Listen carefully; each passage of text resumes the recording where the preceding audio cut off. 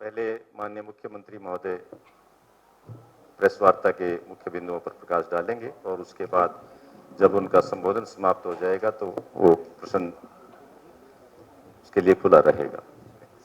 Sir.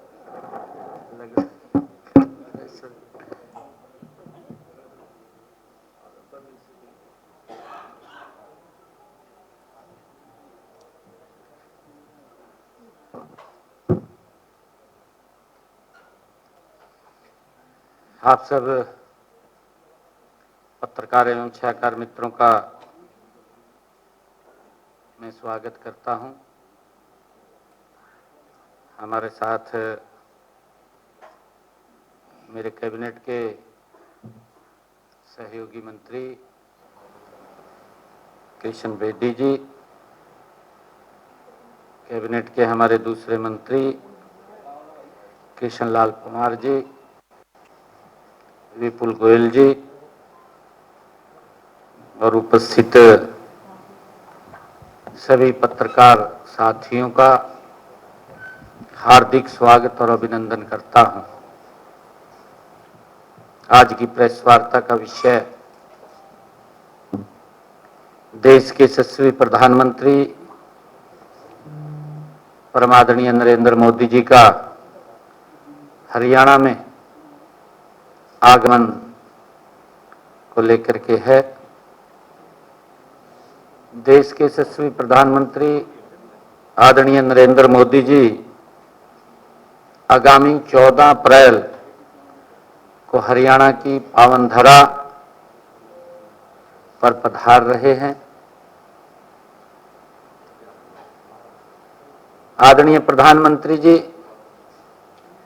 Bharat Ratna Baba Saheb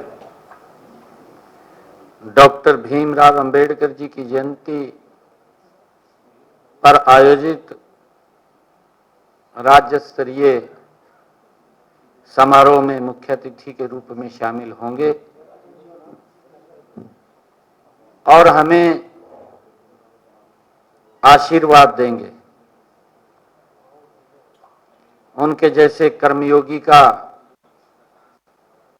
Haryana के लोगों को आशीर्वाद न केवल हमारी नई पीढ़ी के लिए प्रेरणा का स्रोत है, बल्कि इससे हमारा मनोबल भी ऊंचा होगा। संविधान शिल्पी डॉक्टर भीमराव अंबेडकर जी ने करोड़ों दीन दुखियों तथा पिछड़े भाइयों के जीवन के कल्याण उत्थान के लिए अपना पूरा जीवन समर्पित किया है। उन्होंने संविधान के माध्यम से समाज को एक सूत्र में पिरोकर हमें नया मार्ग दिखाया है। उनके जीवन से नई पीढ़ी को सीख व प्रेरणा देने के उद्देश्य से उनका जयंती समारोह आयोजित किया जा रहा है, क्योंकि हर वर्ष जब से हरियाणा में भारतीय जनता पार्टी की सरकार बनी है, हमारे महापुरुषों के दिवसों को राज्य स्तर के ऊपर मनाने का ये हमें अवसर मिलता है। मैं ऐसे महापुरुष व संत महात्मा हमारी अमूल्य धरोहर हैं, इसलिए हमने संतों और महापुरुषों को उनके संदेश को जन जन तक पहुंचाने के लिए प्रदेश में संत महापुरुष विचार सम्मान एवं प्रसार योजना वो चलाई हुई है। आप सब जानते हैं कि माननीय प्रधानमंत्री नरेंद्र मोदी जी जब भी हरियाणा में आए हैं, उन्होंने हरियाणा प्रदेश के मेरे परिवारजनों के लिए सौगात के पिटारे खोले हैं। मुझे इस बड़ी खुशी का अनुभव कर रहा हूं जब देश के यशस्वी प्रधानमंत्री आदरणीय नरेंद्र मोदी जी भारत रत्न बाबा साहेब अंबेडकर जी की जयंती के अवसर पर हरियाणा में आ रहे हैं, तो माननीय प्रधानमंत्री जी 2 बड़ी परियोजनाओं का उद्घाटन और शिलान्यास भी करेंगे। यमुनानगर में Chaudhary Deenbandhu Chhoturam thermal power plant के 800 मेगावाट की नई इकाई का शिलान्यास आदरणीय प्रधानमंत्री जी के आशीर्वाद कर कमलों से होगा। इस परियोजना पर 7,272 करोड़ रुपए की लागत आएगी। इसके अलावा जो दूसरी बड़ी परियोजना है, हिसार में महाराजा अग्रसेन हवाई अड्डे से हवाई सेवाओं का शुभारंभ भी अपने कर कमलों से करेंगे। इन दोनों योजनाओं के बारे में मैं थोड़ा आपके बीच में चर्चा करना चाहूंगा कि अभी भारत सरकार द्वारा ऊर्जा मंत्रालय, Haryana power generation corporation limited को Deenbandhu Chaudhary Chhoturam thermal power plant Yamunanagar में 800 मेगावाट की तीसरी इकाई स्थापित करने की हमें अनुमति मिली है। हमने उसका टेंडर भी फ्लॉट हुआ है और आदरणीय प्रधानमंत्री जी के कर कमलों से वो कार्य शुरू हो जाएगा। यह परियोजना यमुनानगर में Deenbandhu Chaudhary Chhoturam thermal power project में 600 मेगावाट के मौजूदा संयंत्र का विस्तार है। इस परियोजना को पूरा करने के लिए 52 महीने का समय सीमा तय की गई है, जबकि वाणिज्य संचालन 48 महीने के अंदर शुरू हो जाएगा। इस इकाई से हरियाणा की घरेलू ऊर्जा उत्पादन क्षमता 3,382 मेगावाट तक बढ़ जाएगी।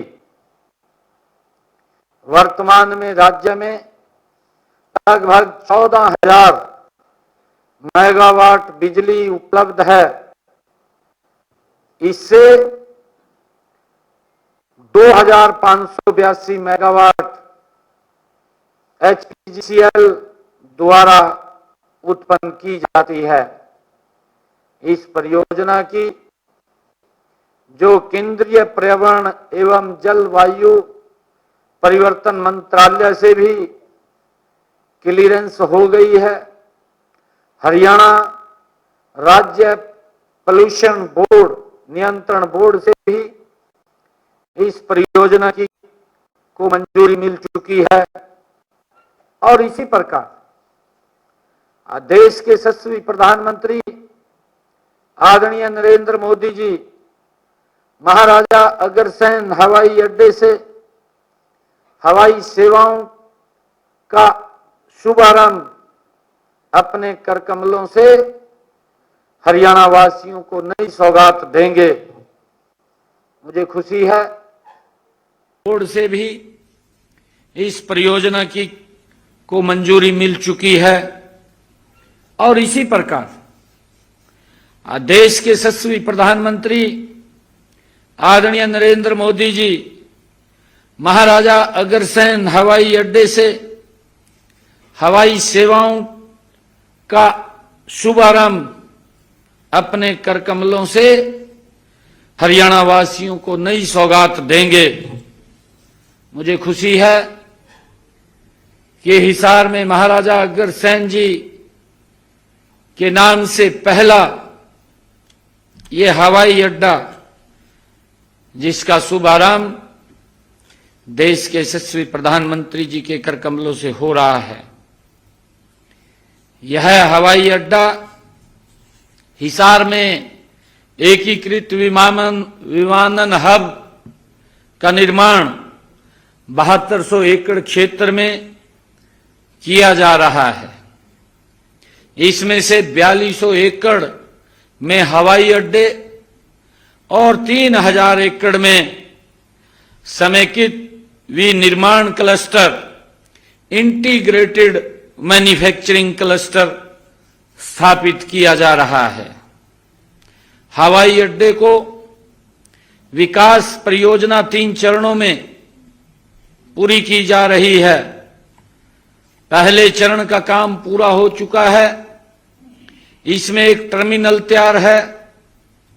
पहले चरण के काम पर 50 करोड़ रुपए की लागत आई है। दूसरे चरण में 3000 मीटर लंबी हवाई पट्टी बनाई गई है। इससे 180 यात्रियों की क्षमता तक की एयरबस का संचालन किया जा सकेगा। ये हमारा जो हिसार हवाई अड्डे के लिए 13 जून 2024 को 5 शहरों को सेवाएं शुरू करने हेतु अलायंस एयर के साथ हमारा MOU हमने किया था। एयरपोर्ट अथॉरिटी ऑफ इंडिया द्वारा लाइसेंस के लिए केंद्रीय नगर एवं विमानन मंत्रालय महानिदेशालय को 23 जनवरी 2025 को हमने लाइसेंस के लिए आवेदन किया था और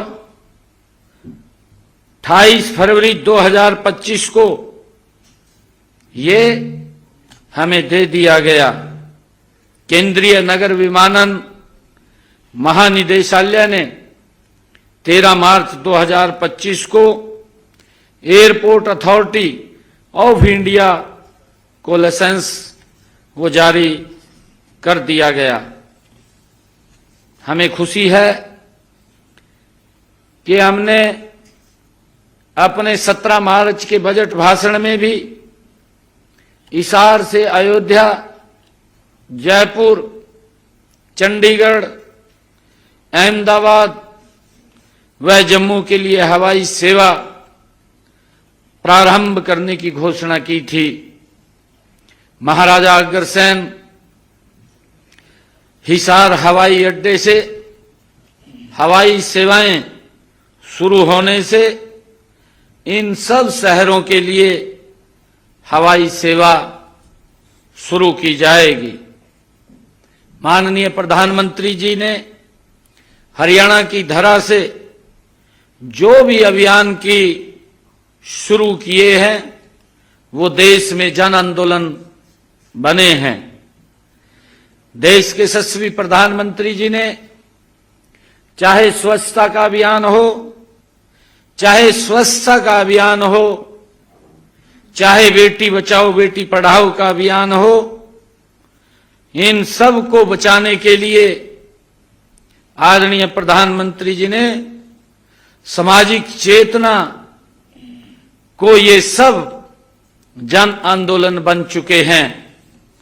गत दिवस माननीय केंद्रीय जल शक्ति मंत्री CR पाटिल जी ने भी राष्ट्रीय जल शक्ति अभियान कैच द रेन 2025 का शुभारंभ भी हरियाणा की पावन धरा से जल संरक्षण का नया अभियान शुरू किया है। क्योंकि पिछले दिनों मैंने अपना बजट प्रस्तुत किया था। मैं बजट के संबंध में भी कुछ चर्चा आप लोगों से आज इस अवसर पर करना चाहता हूं। वित्त वर्ष 2025-26 में का जो ये बजट हरियाणा के हर वर्ग के लोगों की प्राथमिकताओं और आकांक्षाओं का प्रतिबिंब है। मैं इसकी कुछ मुख्य बातों पर फिर से आप सबके बीच में जिक्र करना चाहूंगा।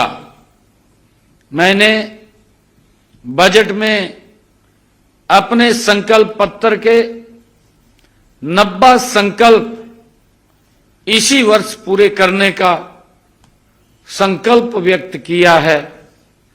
अब तक हम संकल्प पत्र के 217 में से 19 वायदों को पूरा कर चुके हैं।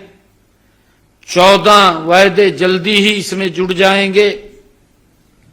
हम हरियाणा को भविष्य सक्षम बनाने के लिए डिपार्टमेंट और फ्यूचर नाम से एक नया विभाग भी बनाएंगे। हरियाणा में एआई मिशन की स्थापना करेंगे, जिसकी मैंने बजट भाषण के अंदर कहा था। गुरुग्राम और पंचकुला में हम इसके हब बनाएंगे। हमने अभी विधानसभा के सत्र में नकली बीज व कीटनाशक पर रोक लगाने के लिए एक बिल भी लेकर हम आए हैं। महिला किसानों को डेयरी स्थापित करने हेतु हमने अपने बजट में कहा कि बहनों को 1 लाख रुपए तक का ब्याज मुक्त ऋण देने का काम भी हम करेंगे।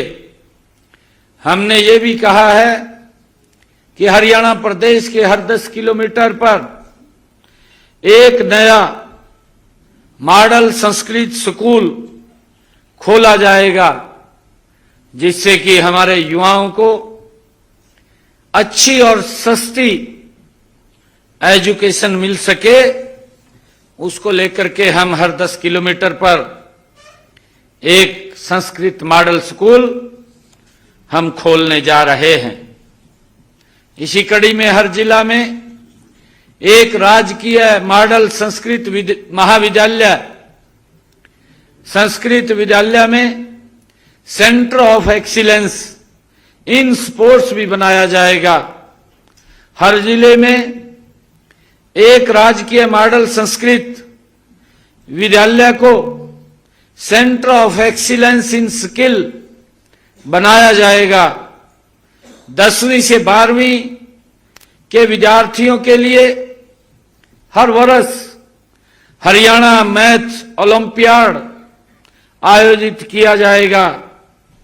विश्व कौशल ओलंपिक के पदक विजेताओं को 10 लाख रुपए तक नगद पुरस्कार दिया जाएगा। कैंसर के मरीजों के लिए 17 जिलों में डे केयर सेंटर्स खोले जाएंगे। हमने ये भी कहा है कि प्रदेश में एमबीबीएस की सीटें जो पहले 2185 थी, बढ़ा करके 2485 की जाएंगी। हरियाणा में 10 नए आईएमटी विकसित किए जाएंगे। हर जिला में एक जिला एक उत्पाद योजना में 10 नए औद्योगिक क्लस्टर बनाए जाएंगे। गीग वर्कर्स को बीमा सुरक्षा की जाएगी। शहरों में 100 करोड़ रुपए का शहरी जल निकासी कोष स्थापित किया जाएगा। हर नगर पालिका में एक खेल परिसर बनाया जाएगा। सभी पुराने कचरा स्थलों को 100% साफ किया जाएगा। हर शहर में एक पुराने बाजार को स्मार्ट बाजार के रूप में और हर गांव में एक गली को स्मार्ट गली के रूप में कायाकल्प किया जाएगा। हमने ये भी कहा है कि हरियाणा प्रदेश के अंदर हमारी सरकार ने बिजली उत्पादन में हमारा जो योजना हमने चलाई है, हमारा गांव जगमग गांव, इस योजना के तहत 5,877 गांवों में हम 24 घंटे बिजली देने का काम कर रहे हैं। शेष बचे 1,376 गांव के लिए एक नई योजना, नई स्कीम हम लेकर के आ रहे हैं, जिससे कि उन गांव में भी हम 24 घंटे बिजली के साथ जोड़ सकें। हमने प्रधानमंत्री सूर्य घर मुफ्त बिजली योजना 31 मार्च 2027 तक हरियाणा प्रदेश में 2,22,000 सोलर रूफटॉप लगाए जाने का लक्ष्य भी रखा है, जिसमें अब तक लगभग 15,000 घरों की छतों के ऊपर ये 2 किलोवाट का सोलर रूफटॉप लगाया गया है। गांव की सड़कों पर, अमृत सरोवरों पर सोलर लाइट लगाई जाएगी। दिव्यांग व्यक्तियों के लिए मुफ्त बस यात्रा प्रदान की जाएगी।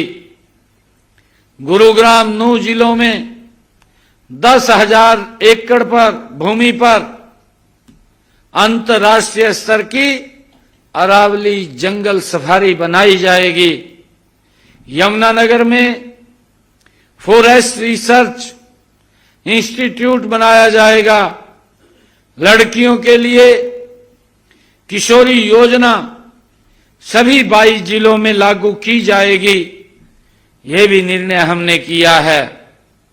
2,000 आंगनवाड़ी केंद्रों को प्ले वे स्कूल में बदला जाएगा।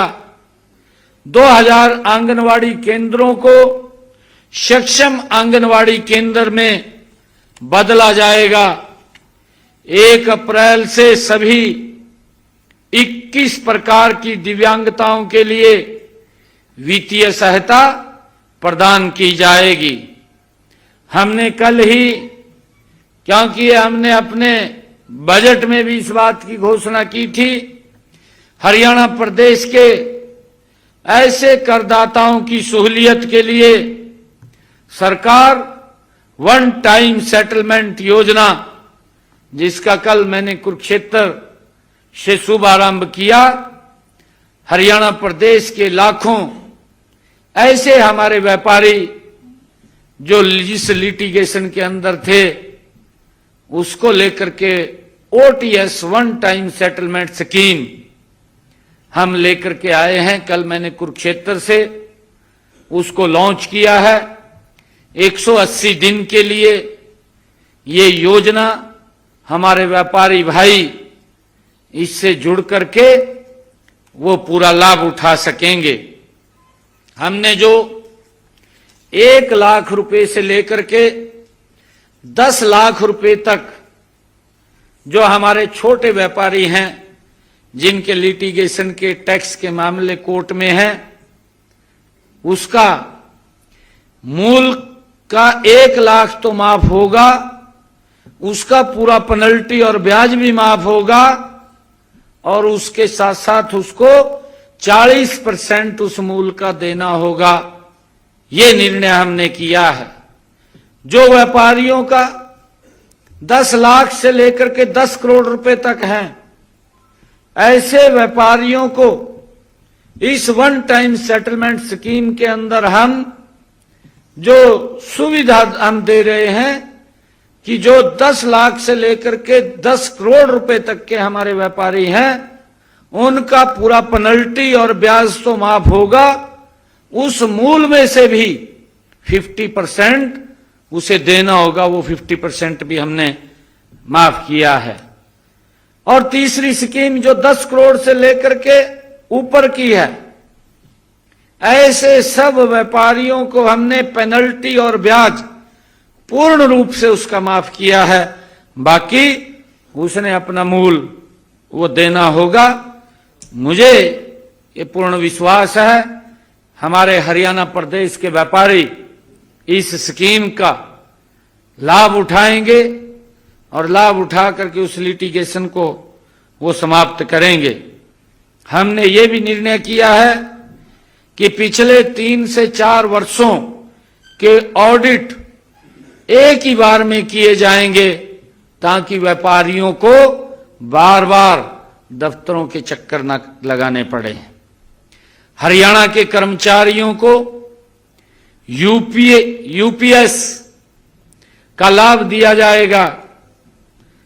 माननीय प्रधानमंत्री नरेंद्र मोदी जी के सबका साथ, सबका विकास, सबका विश्वास और सबका प्रयास विजन के साथ हमारी सरकार हरियाणा को विकसित करने, तेज गति से कार्य करने के लिए कटिबद्ध है।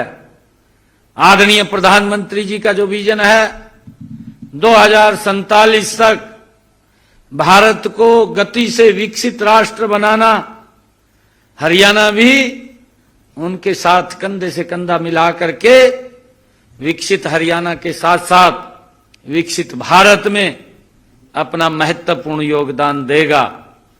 मुझे खुशी है 14 अप्रैल को बाबा साहेब, भारत रत्न बाबा साहेब डॉक्टर B.R. अम्बेडकर जी, उनकी जन्म जयंती के अवसर पर बड़ी परियोजनाओं की सौगात और हमारे इस बाबा साहेब को याद करने और हम सब का मार्गदर्शन करने के लिए देश के यशस्वी प्रधानमंत्री आदरणीय नरेंद्र मोदी जी आ रहे हैं।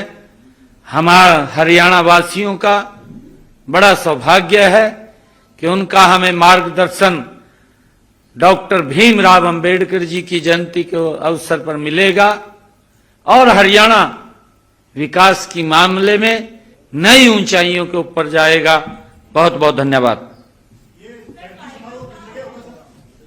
ये अभी बता देंगे आपको, क्योंकि 2 बड़ी परियोजनाएं हैं, हिसार और यमुनानगर।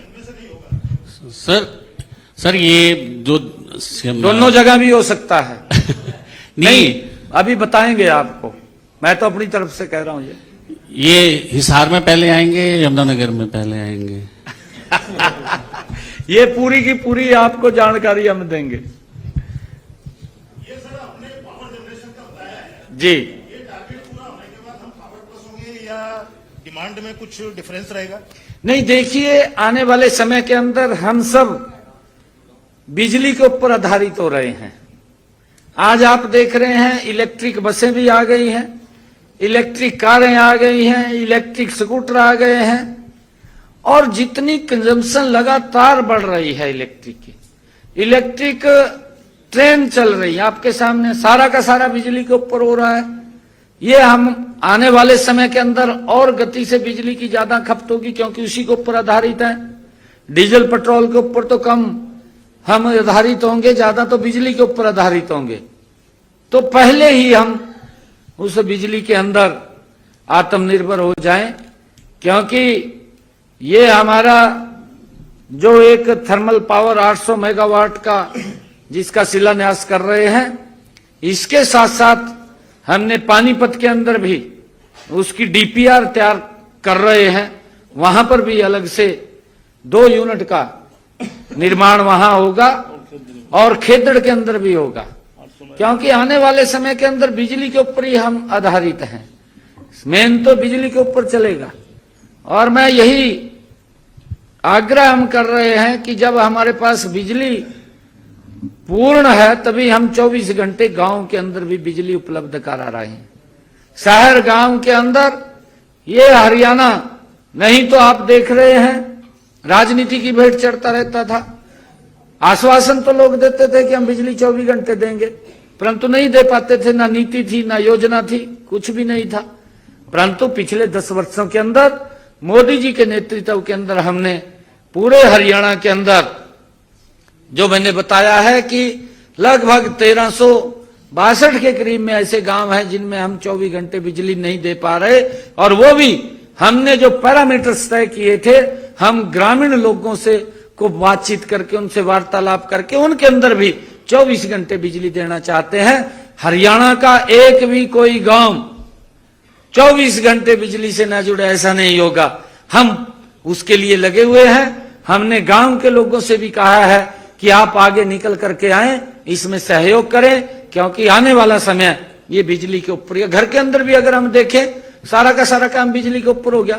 अगर मसाला भी कूटना है वो भी तो बिजली के ऊपर कूट रहे। अगर रोटी भी पकानी है आजकल तो तवा भी बिजली वाला है क्या है, सारा ही बिजली के ऊपर हो गया। अगर पहले तो हमारी माताएं बहनें लस्सी भी अपने आप रिड़कती थी, परंतु वो भी बिजली के ऊपर हो गया। ये सारा का सारा बिजली के ऊपर हो गया। घर के जितने काम हैं, पहले तो हम चूल्हे के ऊपर पानी रख करके नीचे लकड़ी लगा करके पानी गर्म कर लेते थे, परंतु गीजर लग गए। गीजर लग गए तो बिजली की खपत है। तो क्योंकि हर घर के अंदर भी बिजली की कंजम्पशन है, और उसके अंदर बिजली के ऊपर हम लगातार मजबूती से काम कर रहे हैं। सीएम साहब, 2 क्वेश्चन है कि एक तो महाराजा अग्रसेन एयरपोर्ट का तो उद्घाटन करेंगे, अंबाला एयरपोर्ट का क्या स्टेटस है? कि अंबाला एयरपोर्ट का भी कह रहे थे कि कंप्लीट हो गया है, तो हाँ लगभग उसके भी कंप्लीटी की तरफ है। अभी हमारे पास 2 ये, क्योंकि इसकी पूरी की पूरी सारे कागज पूरे हुए, एनओसी हिसार की आई है, और हमारा जो थर्मल पावर का उसकी एनओसी जो पोल्यूशन से मैंने चर्चा की है, वो पोल्यूशन की वो भी आ गई है।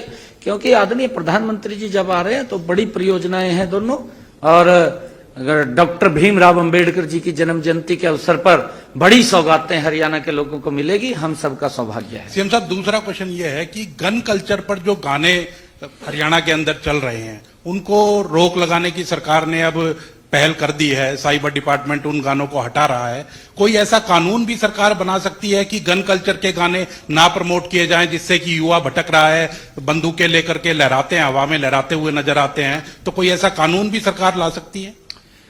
नहीं, देखिए, जब उसकी आवश्यकता पड़ेगी तो जरूर लेकर के आएंगे, परंतु क्योंकि सभ्य समाज के लिए, क्योंकि बहुत सारे इस भारत मां से प्रेम करना चाहिए, और समाज को एक ऐसी दिशा दें, ये समाज का ही दायित्व होता है। क्योंकि कई चीजें ऐसी होती हैं, फिल्मों का कल्चर जब आता है, आप देखते हैं लोग फिल्मों से भी प्रेरणा लेते हैं, आपके सामने है। क्योंकि अब फिल्म के से प्रभावित होते हैं लोग, फिल्मों से, गानों से। अच्छे गाने होंगे तो समाज को एक दिशा भी मिलेगी। मुख्यमंत्री जी, 2022 में आपने लोकसभा में वक्फ बिल को लेकर के सदन में ये मामला उठाया था। अब सरकार ने जो है, मतलब वक्फ बिल लाने के लिए आपने ये मामला सदन में उठाया था, वक्फ बिल को लेकर के। अब केंद्र सरकार इस पे बिल लेके आ रही है, लेकिन जिस तरह की राजनीति हो रही है उस पे आप क्या कहेंगे? नहीं, देखिए, राजनीति नहीं करनी चाहिए। और एक बात बताऊं मैं आपको, कांग्रेस मरी पड़ी है। कांग्रेस मुद्दा तो है नहीं कोई, बिना मुद्दे के लोगों को भड़का देंगे, जाएगा उंगली ले देंगे किसी न किसी का, कहा भाई यूं करो, जाएगा कहा भाई हम देश के बारे में विचार करो। इतना लंबा आपने शासन किया है, आपने देश के बारे में सोचना चाहिए। देश के बारे में नहीं सोच रहे, अपने बारे में सोच रहे। कांग्रेस भी मेरी कुर्सी कैसे सुरक्षित रह जा, कुर्सी नहीं इनकी सुरक्षित रहेगी, क्योंकि इनके कारनामे ऐसे हैं। विपक्ष आप देखिए, सीए का मुद्दा था, 6 महीने तक शाहीन बाग को रोक, सड़क को रोक के रखा। भाई हम बार बार ये बात कहते रहे कि ये सीए के अंदर जो धर्म के आधार पर प्रताड़ित हुए हैं, ऐसे लोगों को यहां नागरिकता देने का वो कानून था कि किसी की नागरिकता नहीं जा रही। यही उंगली ले दी, कहा जी यहां के लोगों के कागज देखेंगे। भाई देखेंगे, फिर उनके कागज तो देखेंगे जो रोहिंग्या हैं, देखेंगे नहीं उनके। अब आप किसी भी देश के अंदर रह रहे हैं तो देश के अंदर कहीं ना कहीं व्यक्ति कोई अगर वीजा लेकर के आ रहा है, वो बता रहा है कि मैं घूमने के लिए आ रहा हूं, मैं काम करने के लिए आ रहा हूं, मैं बिजनेस करने के लिए आ रहा हूं, हैं? वो बताता है आकर के, ऐसा नहीं है। परंतु जिस प्रकार से इलीगल घुसपैठ होती है और जिस प्रकार से उनको यहां पर एक वोट बैंक के रूप में इस्तेमाल किया है, दुर्भाग्यपूर्ण है। मुख्यमंत्री सीएम साहब एक आखिरी सवाल सीएम साहब क्योंकि सीएम साहब ये सर अरे सीएम डेविएट हो साहब रहा है ना सब्जेक्ट। ये ओपीएस आज स्कीम इधर- पर ओपीएस स्कीम पर जिस तरह से आपने घोषणा की है कि आप 10 लाख से लेकर 10 करोड़ तक का जो आप डिस्काउंट दे रहे हैं व्यापारियों के लिए, उसकी रिकवरी, देखिए नुकसान तो सरकार का होगा कि जो आप इस स्कीम में उन लोगों को फायदा दे रहे हैं, उसमें सरकार को रिकवरी कैसे होगी? उस रकम की रिकवरी क्या करेंगे, या उसके लिए कोई स्कीम कर रहे हैं अपने लिए आप? नहीं, देखिए आपने अच्छा सवाल किया है, क्योंकि इतने लंबे समय से वो लिटिगेशन में चल रहे हैं। क्योंकि हमारी सरकार की सोच है कि लोगों के जीवन को सरल करना, क्योंकि उसी पैसे से ही प्रदेश का, देश का विकास होता है। और वो लंबे समय से कोर्टों के चक्कर काट रहे हैं, और कोर्ट के चक्कर काट रहे तो कोई समाधान नहीं निकल रहा। तो हमने कहा है कि वो समस्या का समाधान भी होगा। जब नहीं कुछ आ रहा है, कुछ तो आएगा, और आगे और देंगे। वही लोग तो है देने वाले, और कौन लोग हैं? वही लोग देने वाले हैं, और आगे और देंगे, ताकि आगे का रास्ता तो ठीक हो। और उनकी एक जो तलवार लटकी हुई है कानूनी, उससे भी राहत मिलेगी, व्यक्ति विकास के ऊपर आगे बढ़ेगा। हमारी सोच है कि प्रदेश, देश और व्यक्ति विकास के ऊपर आगे बढ़े। एक मिनट, एक जना। हाँ जी। सवाल मेरा ये है सर, ट्रिपल इंजन की सरकार आज के समय में हरियाणा में है, और 11 साल से जब से देखा जाए चुनाव, आप लगातार चुनाव जीतते आए। आपके नेतृत्व में लोकसभा, विधानसभा और अब नगर निकाय के भी चुनाव जीते हैं, और आपने कहा है कि नगर निकाय को हम छोटी जो सरकार है उसको ज्यादा से ज्यादा मजबूत करेंगे। तो जैसे कल एक शपथ समारोह भी पंचकुला में आयोजित हो रहा है। मेरा सर ये सवाल है कि जो डेवलपमेंट हो ये नगर निकाय से, उसके लिए क्या क्या सरकार नई योजनाएं ला रही है हरियाणा के लिए? ला रहे ना, मैंने बजट के अंदर भी बताया, हमने संकल्प पत्र में भी कहा है। हमारा जो संकल्प पत्र है, जो हम चुनाव के अंदर गए थे, उसमें भी हम संकल्प पत्र लेकर के आए थे प्रदेश स्तरीय। वो सारे काम पूरे करेंगे ना, पूरे करेंगे। आपने पंचकुला में जो नए कर्मचारी जो आए थे, आपने अपनी सबके बाद पहले को ज्वाइन कराया था। फिर एक कार्यक्रम में आपने कहा था कि जो बकाया पेपर है बच्चों के नौकरी वाले, वो जल्दी होगी, जो वेटिंग लिस्ट है वो जल्दी जारी होगी। और जो पुलिस के 5600 पदों का विज्ञापन 16 अगस्त 2024 को जारी हुआ था, उसका आवेदन मांगे थे। वो प्रक्रिया कहीं ठप है? कोई ठप नहीं है, आपके सामने। सीटी तो आपने कहा था मई में करा देंगे, लेकिन हरियाणा स्टाफ सिलेक्शन कमीशन ने अभी उन पे कोई कार्रवाई नहीं की है। तो बच्चे ये कहना चाहते हैं कि ये कब तक प्रक्रिया शुरू हो जाएगी, जो रुके हुए पेपर? नहीं, वो कर रहे हैं, अभी आपके सामने है। 1100 डॉक्टरों को अभी ज्वाइन करवाया। नहीं, चलिए, प्रक्रियाएं चल रही हैं, ऐसा नहीं है। आप 25,000 के बाद तो 1100 डॉक्टर भी लगा लिए हमने, अभी और भी लगाएंगे। चल रही है प्रक्रियाएं। दूसरा, आज हरियाणा के शासन पूरे देश के राज्यों के कर्ज के बारे में लोकसभा में सवाल का जवाब दिया भारत सरकार ने। उसमें सबसे टॉप है तो अरुणाचल प्रदेश और पंजाब है, जिसका जीएसटी के मुकाबले कर्ज बहुत ज्यादा है। और उसमें हरियाणा का भी जो नंबर है, उसने 31 मार्च 2025 को बताया है कि वो भी प्रश्न चौथे होने वाला है 10 के बाद, कि 3,69,00,000 का कर्ज है, जबकि हमारे जो बजट आपने पेश किया उसमें 31/3/2026 को 3,52,000 करोड़ का कर्ज उठाया। तो ये कोई गैप है, कोई जीएसडीपी रेशो का 30.4 बताया, जो आज भारत सरकार ने लोकसभा में जवाब दिया। हरियाणा का क्या? हरियाणा का है 3,69,000 करोड़, जबकि हमारे बजट में 31/3/2026 को होगा 3,52,000 करोड़। तो कोई डाटा में कोई मिसमैच है या क्या है, तो हम भारत सरकार ने आज लोकसभा में जवाब दिया। नहीं, देखिए, मुझे मालूम नहीं है कि क्या जवाब दिया है क्या नहीं, वो एक बार देख करके, हाँ वो देख करके मैं बताऊंगा, क्योंकि मैंने कर्ज के ऊपर बहुत बड़ी स्टेटमेंट विधानसभा में दी है। और अब करने में तो जोर नहीं लगता।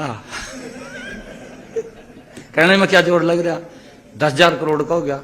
कहा एक बच्चा जो जन्म लेगा वो भी 2 लाख का कर्ज लेकर जन्मेगा, मतलब कहने तो जोर लग रहा क्या।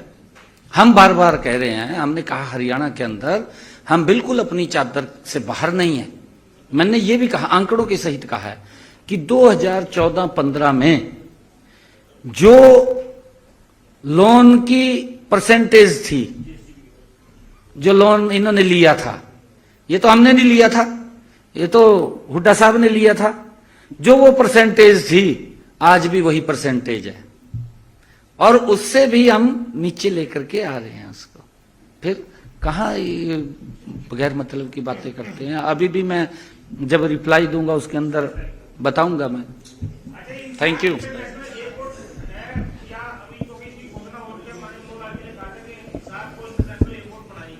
नहीं, वो तो आपके सामने है, उसका तो फ्लाइट की और लग रहे करना। Thank you very much. Thank you.